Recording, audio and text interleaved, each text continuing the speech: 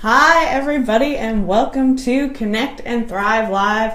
Hi, I'm Crystal Hobbs of Reflective Marketing, and every week we bring in awesome entrepreneurs and experts to help you get your business growing and thriving. So today, hello, Amanda. Today, I'm super excited to have Chels Buggie here.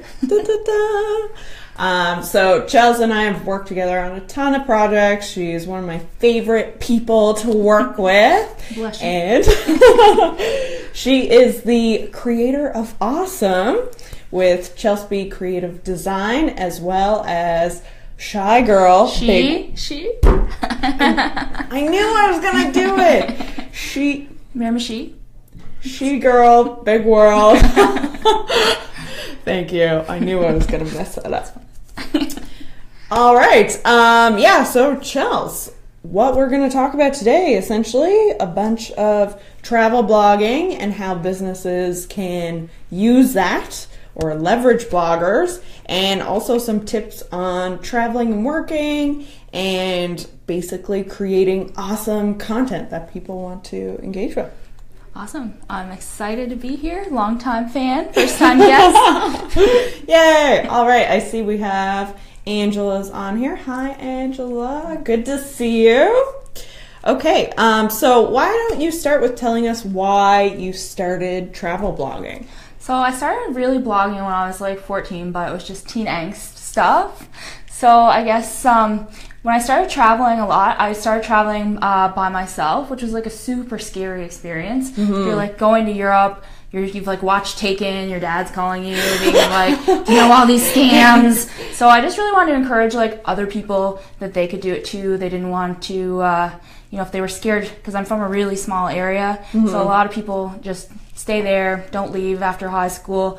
So I wanted to encourage them that, they could get out there too. So it was also a way to kind of write home to my family, let them know what was going on. I think like one of my most popular ventures that scared my family a little, I got thrown off a camel in Morocco. It's one of my many people can say that. It's one of my most popular travel blogs to date. So I was camel number one, cruising along, and I've gotten slightly a little less adventurous since then.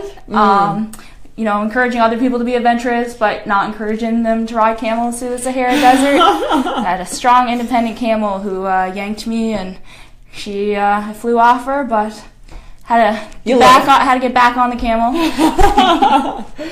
That's awesome. So obviously you've done quite a bit of work in the tourism sector.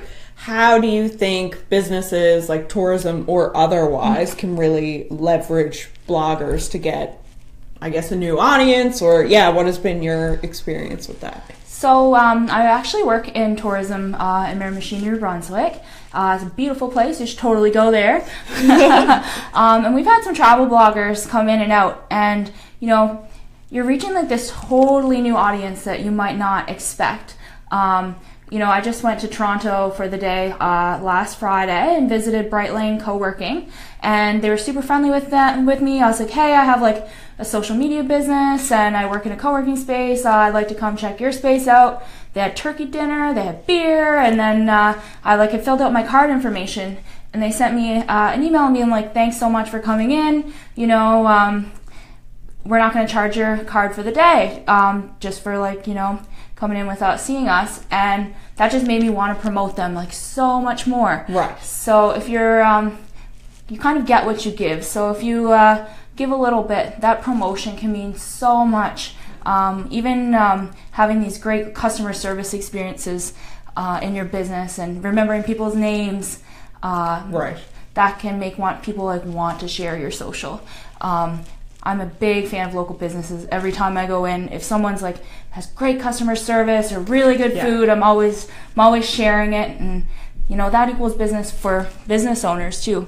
Absolutely. Yeah, so I guess really kind of incentivizing and even rewarding people who create content for you or share stories about your business. Yeah, one of the things that I found managing social medias, because I do so many, is always making sure you have like a branded hashtag, because it makes it like super easy to follow. And I travel a lot and manage like a few different Instagram accounts for businesses. And when I'm traveling, obviously, I can't be in the space to take pictures. It's kind of hard to take pictures of Miramichi when you're in Thailand. So I'm always encouraging people to use hashtag like Discover Miramichi, and I follow along. Anything I love, I repost.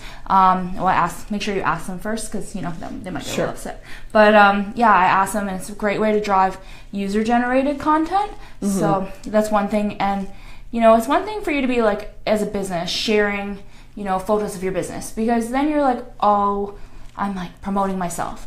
But if I'm like here at Common Ground and I see, oh, like Crystal shared this really nice picture of Common Ground, like, oh, that looks like a nice workspace. I know Crystal, like, so it gives like that sense of trust, I guess, to people. Yeah. So that makes it a little bit more impactful, for sure.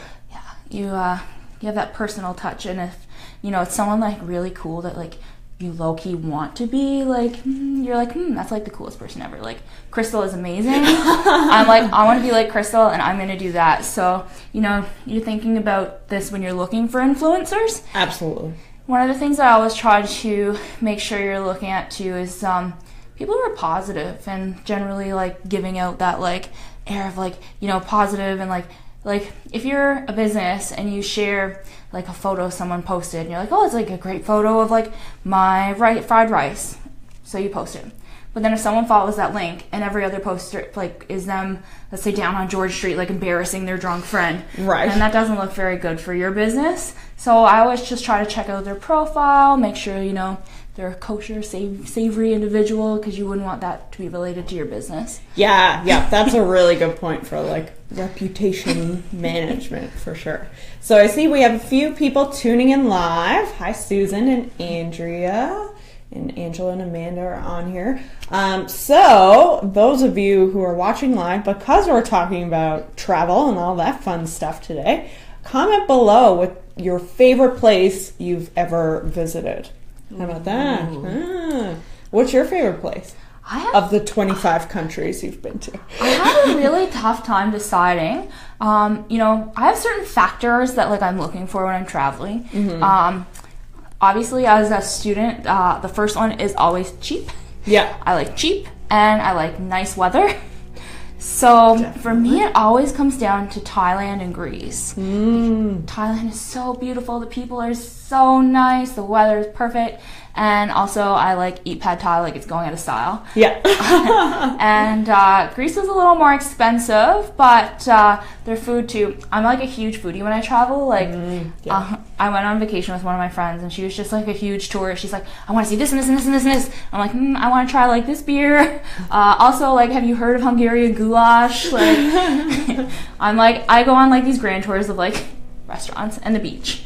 Yeah. So it's those are like two of my favorites. If you guys have any questions, because I know like those are kind of two destinations that can kind of seem intimidating. Like, I was a little worried. Like, I was on the plane. It's like a 17-hour flight from San Francisco, and I was like, why am I going to Thailand? Like, if you watch The Hangover, it's nothing like that. Like The Hangover 3, nothing.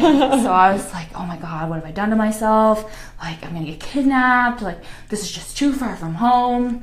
But it's amazing. And so it's like one of the safest places that I felt that I've been. Yeah. So if you guys have any questions about, traveling there, really traveling like anywhere, I've been to Europe, Thailand, Southeast Asia. So you guys can hit me up with those questions if you want. Awesome. Love it. All right, so let's talk about the content side of things, because I know when I talk to business owners and marketers, always the biggest challenge is like, how do I create content? And you are the creator of awesome. So what are some tips that you would give for creating awesome content? So the number one content creating advice I ever got was actually from Crystal. And it was share your everyday. So when I first started into like my social media and graphic design business, I was always trying to be like really professional. just like sharing these professional tips, and I really just didn't feel like it was me. You kind of have to be yourself when you're sharing these things. Absolutely. So recently I really started moving into like the idea of like sharing what I'm doing, and a lot of what I'm doing is like I love going out and supporting our small businesses. I actually had a post yesterday that was like this fantastic hit, and it was like one of my favorite photos I've actually ever taken. I went to Seoul Azteca on Freshwater Road. They have like, guys, their food is just so amazing, and they have $2 tacos on Tuesday. I'm a huge taco fan, but it's a family-run business. So I started working in my family business, my grandparents' restaurant, when I was 11, and their daughters both work in the restaurant all the time. They're so friendly, and I just see like myself in them and like the work ethic. But one of their daughters is, I think she's like 2 or 3, and when we were leaving, she was like waving to us in the door with nacho chips. So I like grabbed her photo, and it was just like one of those great moments. And that's not like the things that I try to like keep an eye out for, is just those moments that you want to share, where you're like, if you're feeling good, then chances are what you're going to share can make other people feel good and motivated. Yeah. So that's one of my number ones. As technical wise, I tend to use my phone just for like pretty much every picture. I do have a DSLR, but traveling, it's heavy, it's annoying. Yeah. It makes me look like a tourist, and I don't want to get robbed. So I just never really bring it anymore. Your phone can take a great picture. I like using the VSCO app to edit photos. I find it just looks a little more polished than the Instagram crema filter, or I don't know, whatever they use these days. Yeah. But that's one of the big ones. Yeah, and I really like how everything that you post and the content that you create, it's often very like personal, and it has that connection with it. And I think that's something that more businesses need to strive for. And I think one of the other things that's really awesome to do is just, collaborating out with other people. So every month I started doing this blog, and, it's reaching new audiences for me, and it's called Ask an Expert. So I just think of like awesome people that I know who are doing cool things in different fields, and every month we have a new topic. So the first one that I did was, what to do if you get a bad Facebook review. Yeah. I had a really great expert. One of many, yeah. And then this past month I did blogging and tips for blogging. So I reached out to some of the bloggers here in St. John's and a blogger at home, just to ask them their tips, because, I have tips, but again, you want to add that like personalized touch, and other people have good ideas. So bringing in everyone and collaborating, I think, is a great idea. Hey, Afia. Yeah. Yeah, and I think the side benefit of that as well is that if you're including other people, they're very likely to share that out. So you're getting exposure to all of their audiences. Exactly, yeah. Like, you just reach these people that, you didn't know that you were going to reach before, who may not have considered you, and it's a really great way to get yourself out there. Plus, you make, like, cool connections, because some people, who you're reaching out to, you know them, but, like, do you, like, really, like, get their advice? Or right. I know I have reached out to Gabby Payton of the Food Grow in Town, and now we're, like, always messaging back and forth with, like, travel tips and food tips, and awesome. Yeah. Yeah, absolutely. And I know from like doing the show too, I've made a lot more. Well, you build relationships because you're spending time together and you're chatting about things. So collaboration.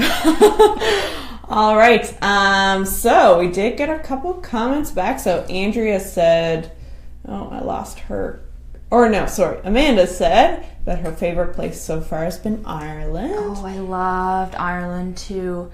I actually lost my phone at the Titanic Museum in Belfast in Northern Ireland, and I had to come back the next day because my phone had my credit card in the pocket, which you shouldn't do, but I do. Yeah. And they sent me an email, and they were like, hi, we found your phone, blah, blah, blah, and I had my iPad with me, which is what I was using. And I just happened to go back because I was like, I really want to see the Titanic Museum, so I used my card to, like, I didn't have my number memorized, order the tickets online. And I got there, and as soon as I got there, my iPad dinged, and they were like, the email saying they'd found my phone. So they emailed me, and I showed up at the desk like 30 seconds later, like looking for my phone. I think they thought that I just was a stray hanging around the Titanic museum. Yeah. Awesome. And Melissa says Zermatt, Switzerland, if I'm saying that right. I haven't been to Switzerland, but it looks so beautiful. My grandparents have been there a few times, and I'm always so jealous. I was like so mad at them because I was like 8 and they didn't take me. Mm-hmm. I don't know why they wouldn't want to take an 8-year-old. Don't know. No idea. So, Chels, I know you spend a lot of time traveling, and as a business owner, you always have to keep up on work often. And that's something I often struggle with, too, is the balance. So, do you have any tips for how to be a better digital nomad? It's funny because for like quite a while, I really was set. I was like, I'm going to be a doctor. I'm going to go to medical school. And then I started traveling and, you know, disappointing my family because, you know, I'm not going to be like the family physician anymore. But the idea of the flexibility of working from your laptop, it's just like a freedom that is amazing. You know, you can like get up in the morning, do some work, and then go enjoy your day. So that's one of my favorite tips, especially if you're traveling with other people. So everyone like tends to like wake up at like 9 or 10 on vacation. Right. I always try to wake up super early so that I can get work done before other people start doing fun things that I want to do. Right, yeah. Another tip that I have is when you're like looking at places to stay, check the reviews, make sure they have good Wi-Fi. Yeah, I know. That's like anxiety issue for me. Especially like traveling like, you know, to some countries where, you know, the Wi-Fi is just not perfect anyway, and then you get into like this place where it's just so bad and you're trying to get work done for like clients and you just have this faulty connection. So I always check on like, usually I use Hostel World, and you know, looking to see if they have like a little bit of a workspace, especially if you're in a hotel, because sometimes they have, you know, like meeting space or office space to use. Another great idea is in a lot of cities they have co-working spaces, so you can take a day and work there. Like I said, I worked out of one in Toronto on Friday because I had a 13-hour layover. Yeah. So it was a great way to spend the day. Those are like kind of like my top 3, but it's all about like that little bit of sacrifice because, you know, when I was in Bali, they were going to the beach and I was like, I want to go to the beach. Yeah. But I was like, I'm so like, I need to get this stuff done. So sometimes you just gotta like bite the bullet and, you know, even taking like one day. So if you take like Monday and get all the stuff done that you need to do for like the next week. And I also am really like adamant, before I go, I use like content scheduling software. Right. And I'm like, get as much done as possible before I go so that I don't have to spend, you know, as much time. It's more maintenance while I'm traveling. I mean, that's good for like a week or two, but if you're like going for a few months, then yeah, I often find now that I prefer to travel for longer periods because then I can do a bit of work and exploring and the fun stuff. But because I'm there longer, it's not like this urgency to do a bunch of stuff, and you can kind of like develop a little routine. And it's funny, I like I was in Spain, in Barcelona last week with my mom, and I'm still like on this Spanish time. It's like 4 hours ahead, so I'm usually like an early riser anyway, but I've been getting up super early this week. So the other morning I woke up at 6 and I was gonna roll over and go back to bed, and I was like, no. I was like, you wanna know what? Like when I'm in St. John's or like when I'm at home, I'm a self-admitted workaholic.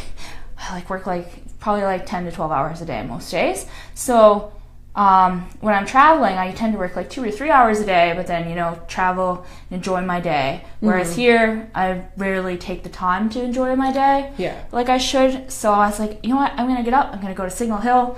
I'm gonna drive up, check out the sunset. And then I was like, no, it's like a nice morning. So I drove there and I was like, no, I'm going to walk up. So I went for a hike. It was like a great way to start my day. So that's one of the things that I'm really going to start working towards is, you know, finding like that balance between like work and doing things I enjoy while at home. Yeah, absolutely. And I see Angela has a great question. Do you have a good Instagram content scheduler you would recommend? So I know that one that I've used in the past is Grom.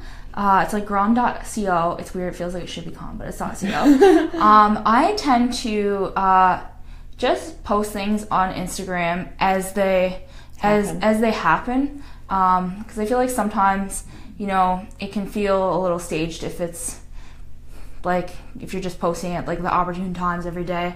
So it can be like helpful to post some things that way, but like I said, my kind of motto has been sharing my everyday. So usually I'm sharing that as it happens. Same as I find using the Instagram stories has been really cool, because some things like you just don't feel are like high enough quality for like an Instagram post. Yeah, and the Instagram stories, I think that more people should be using that anyway, because it does stay on the top, so you're much more likely to get someone to look at it, really. And one of my top tips for using the Instagram stories is using the geotag. So when I hiked Signal Hill the other morning, I used just like the location tag, I think that's what it's called. Yeah. And put Signal Hill. So I, went about my day. At the end of the day, I was just like looking to see how many people viewed my story. It was like 493 people viewed your story, and I was like, what? Like, why are all these people like looking at like this random boat coming in at Signal Hill? And then I realized it had been posted on the St. John's story. So it's one of those ways to just get your content out there to like a new audience. Yeah, and that's something I've recently discovered too, like kind of by accident, the same way. I was like, oh, that's how that works. Yeah, so I don't think people know that, so that's a really good tip for Instagram. That's like, Instagram is my favorite. It's like, if you guys have any Instagram questions, I'd be totally happy to answer them. Yeah, post them in the comments. And even if you're watching this after the fact, Chels, who is awesome at social media, will see those questions and still respond. So where can we find out more about you? So, like I said, Instagram is my, it's my bread and butter. It's like my favorite social media. So it's She Girl, so CHI Girl, Big World. So that's my personal Instagram. So that's where you'll find like a lot of my travel and that kind of stuff. My business professional Instagram is at Chels BCD. And that's like more some motivational work stuff and any projects that I'm working on, and Crystal's just typing away.